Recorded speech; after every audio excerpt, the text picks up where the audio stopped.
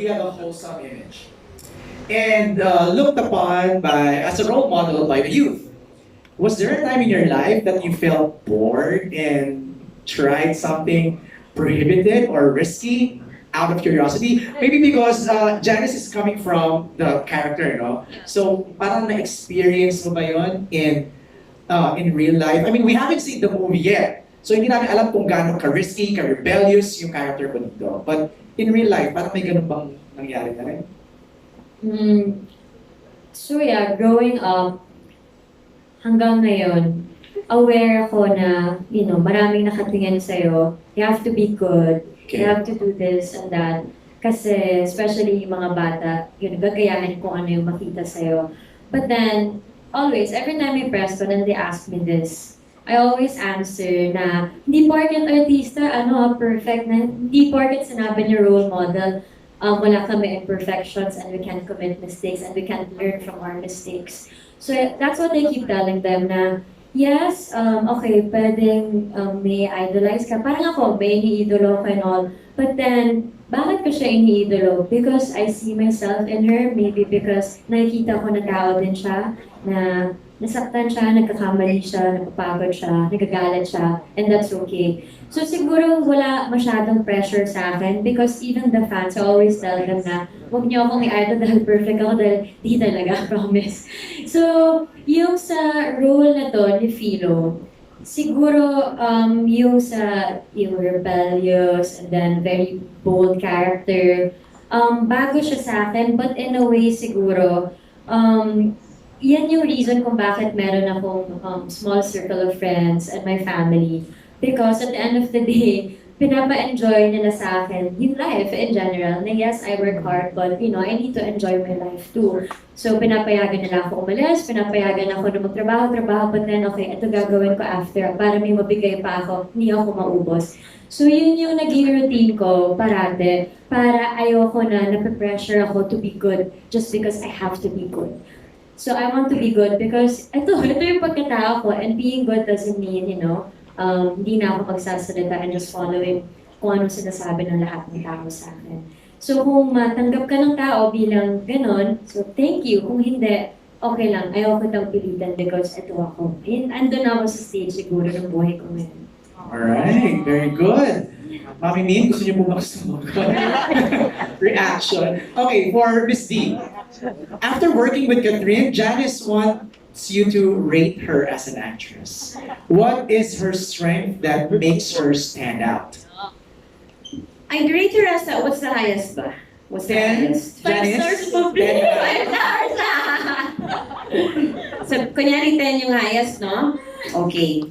I'd give her a 9. I'll qualify why. Okay. I'll qualify because kaya hindi perfect score. Because learning and growing is a never-ending process. There's always room for improvement. And perfection can never be achieved. But she is up there. She has a very high mark. And I think I already explained this earlier.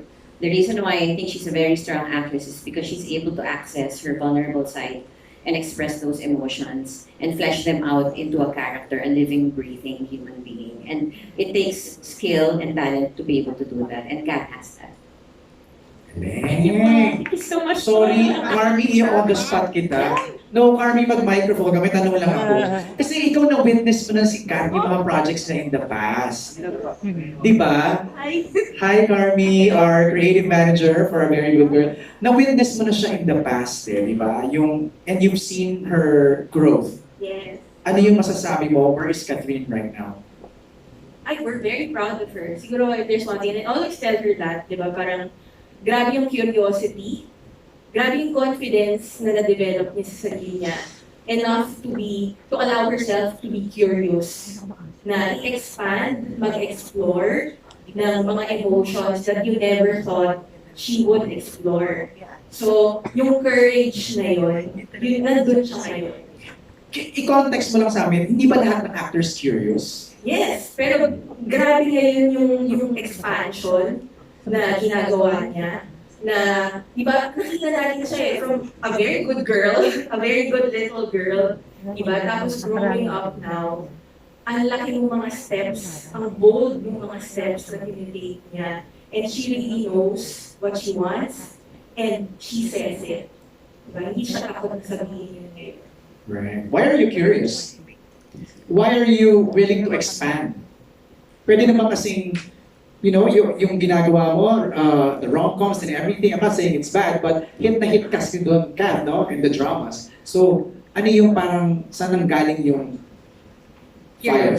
Yeah. Siguro, in order for us to grow, we have to be curious, diba? Kahit hindi ka artista, kung ano man yung trabaho natin, kailangan talaga meron yung hunger na yun to learn more, to... Hindi dapat mawala yun, no? Yeah, hindi dapat mawala. And then, nung sinabi, tinanong ako nila, Ate Carms, what do you want to do next? Kasi parang ito yung comeback movie mo sa Star. Sabi ko, ay, bakit ko pala si Venus. Ano ba tawag niya? Ano ba tawag niya? Ano ba tawag niya? Next, ano, so close. So sinabi ko, ate, ito yung gusto ko gawin. Gusto ko ganyan. Tut. Gusto ko dark. Gusto ko blah, ganyan. Sabi niya, ha, ganyan gusto mo sabi. Okay, noted. Cut to, nung nag-present sila sa akin sa taas, sabi niya, gusto mo dark ka? Boom. Puro dark yung finish sa akin. I'm like, let's do it. Yeah. Wow. Pero ito actually a very good girl. Nung pinipitch siya, anong concept pa lang yung ba na to, it wasn't as dark as this. Parang medyo glossy pa yung pegline. But then siguro na-add na, well, nag-shoot na kami, nag-develop na yung characters and all. Tapos biglang naging, oh my Nag-evolve God, siya. ito pala yung nangyari. Oo. But then, it's a good kind of evolution. So, okay then, yan. So, kailangan may room for growth pa. Tama, Yeah. tama. Thanks, Kat. The next question, and thank you, Carmi. Salamat. For Chi from Kapamilya Online World. If you could play any other character in this show, who would it be? So aside from what you're gonna be portraying, meron bang iba? Definitely yung role ni Kaori na si Rigel. Why? Why? Yun ang tanong. Why? Why talaga? You really have to experience the movie to get why I wanna play Rigel also. No, pag-usapan na natin yan ngayon. Na-curious ako bigla. Kasi kanina sanay ako na si Kao, yun nga, bait-bait, ng mga roles niya. May jowa doon sa role, di ba? Ganyan. Kao, bakit gusto ni Chi yung role mo ngayon? At ba't sumisigaw sila na go, Rigel? Bakit ba? Ano bang ginawa mo dito, Kao? Bakit na back to me sa akin? Hindi, kasi si Kaori, yun nga, di ba, laging nasa teen, nakikita natin siyang gano'n na laging may partner. But now, this is something na may kita natin yung ibang Kaori naman. Something na may bago siyang i-offer and independent woman siya. Okay, like physically, iba? Emotionally, iba? Emotionally, lahat. Kao, parang siyang spokesperson mo. Manager! Pero ibang-iba, kagaya na sabi ko kanina. It's something na hindi ko pa na-experience ever, nagagawa. Oo ka, tumawa ka na rin. Yeah, one for the books. Talaga? Sige na nga, panonoorin na namin yung movie. Parang na-curious kami kay Kao eh. Okay, our next set of questions from Grace Diaz of Metro.style.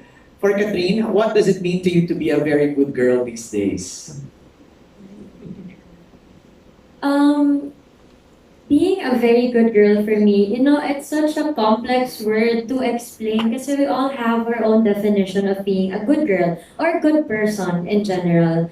You can be a good person by being honest, kind, doing what's right, and helping other people. Yan. Ang hirap na i-explain being a good girl. But for me, siguro personally, being a good girl is accepting your imperfections, accepting all the messes, the chaoses na parte ng sarili mo.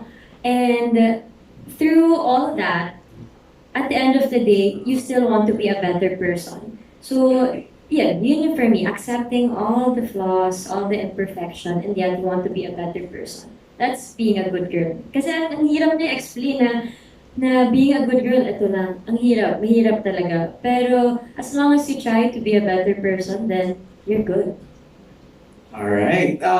Next question is for Miss D from Grace Diaz pa rin of Metro.style. Since almost everything feels new and refreshing here, what would be the most unexpected or surprising moment slash moments that you have experienced or done while filming A Very Good Girl?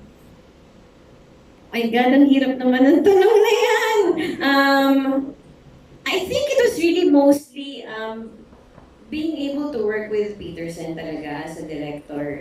And everybody, the way he's very collaborative and always welcoming ideas and we'd always talk to each other and kasi bihira yung pwede mo talagang kausapin yung director mo ng in that level na para kayong partners talaga na creating something together as, you know, a team. So that's what really made it special. And then working with Katna, I already said earlier, she's a very generous actor.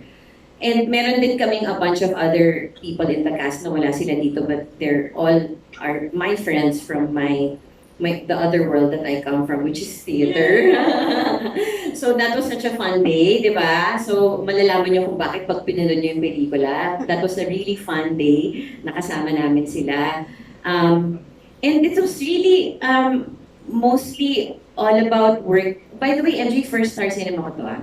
First. Wow! So yun And din. not the last. Not the last. Yes!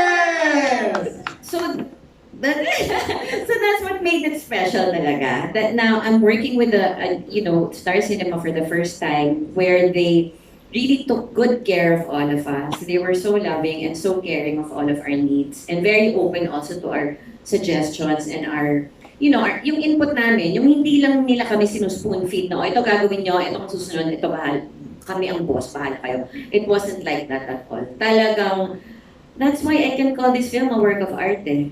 Kasi hindi lang siya devised by a big machine. It's really the work of hundreds tayo, di ba? Hundreds of people working together to create a very good girl. Wow. Okay. Miss D, I don't want to put you on the spot. Patawarin mo ako.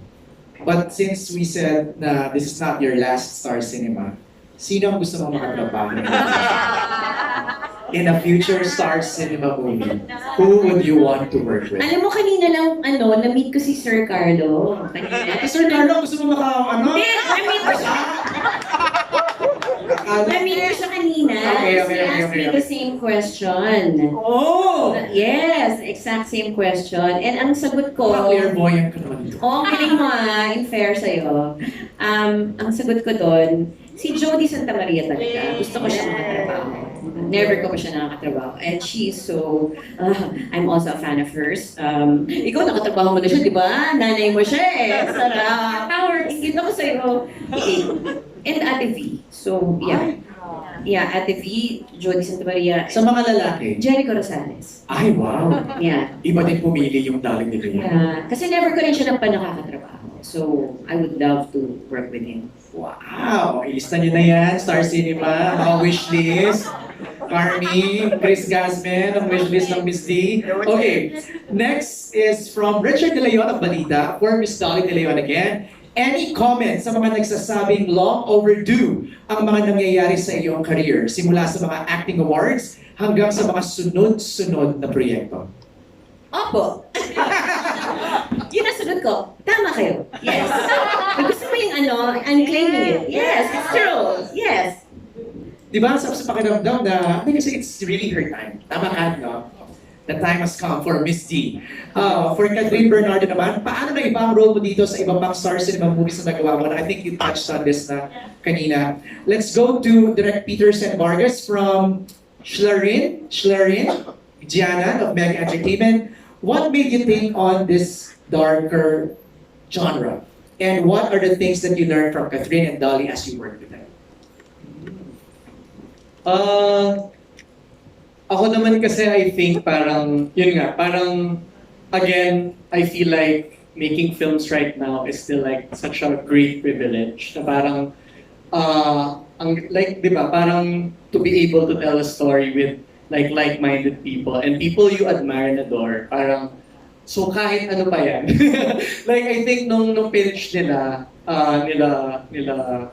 sila Chris, sila Miss Carmi, parang, I remember the moment kasi parang nasa Zoom meeting din tayo nun. Tapos, in-introduce sila na, okay, gagawa tayo ng entire comedy, and then parang ni-reveal pa yung cast, and then talagang, yun, they even have a video of it, like umiyak talaga, like nag-gush talaga ako na, like really, like you would entrust that material and that project to me, parang, I feel like parang siyang imposible. Tapos biglang, but, in-accept ko yung challenge kasi parang it's really, yun nga, parang for me, it's a miracle to even like birth a film nowadays. And then parang with this team pa, parang I love that it happened. Yun nga, I really love that it happened. And then with them, working with them, oh my God, as in, no, kasi parang the way I work, parang I always tell naman my producers na parang I'm not really an actor's director, they would say. So parang ako, ang laki ng trust ko sa mga actors ko. Like, parang when they ask me, parang, di ba, parang, I think na-experience na nila to, na parang, direct ano ba yung pinanggagalingan? I'm not the kind of director who would say, ito backstory mo. No, kayo bala dyan. Like, I entrust the character na, you know, to them. So parang when they ask me, parang, ano ba yung gano'n? I would just I'll just bounce back the question. Kayo ba? Ano, saan ba nanggagaling? And then parang because they're just so game and they understand not just the characters but each other's characters and the film, I feel like yun naman na parang maintindihan lang nila yung pelikulang ginagawa namin. Yun na, parang the magic happens. Right. And I'm just there to see it unfold. Nice. Thank you, Direk. Our next set of questions ay galing kay Hannah Mallorca of Inquirer.net. Ay, maganda itong question niya for Catherine. You previously mentioned that you'd love to be in a project that revolves around women empowerment. Now, what is the impact of being part of a female-led movie that's made for women? Yes, I mentioned that because yung isang naka-schedule, naka-line up na gagawin ko is Elena, which is also about, you know, women. Right. So yes, I am well aware and I really want to do something na i-involve yung mga kababaihan because I think yan yung kailangan natin itakal sa nangyayari sa mundo ngayon. Right. You know, nakakatuwa kasi especially the young ones, the Gen Zs, sila yung nagiging representation na eto kami ngayon. So I really talked to Deej before saying yes to this project. Sinabi ko, love, is it okay if I want to do something alone muna? Promise, wala akong ka-love team, wala akong ka-partner.